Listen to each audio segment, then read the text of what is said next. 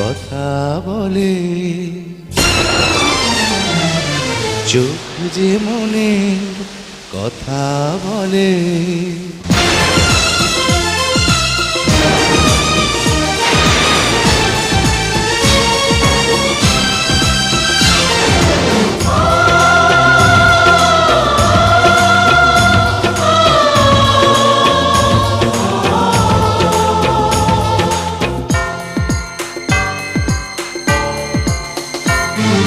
চোখ যে মনের কথা বলে, চোখ যে মনের কথা বলে।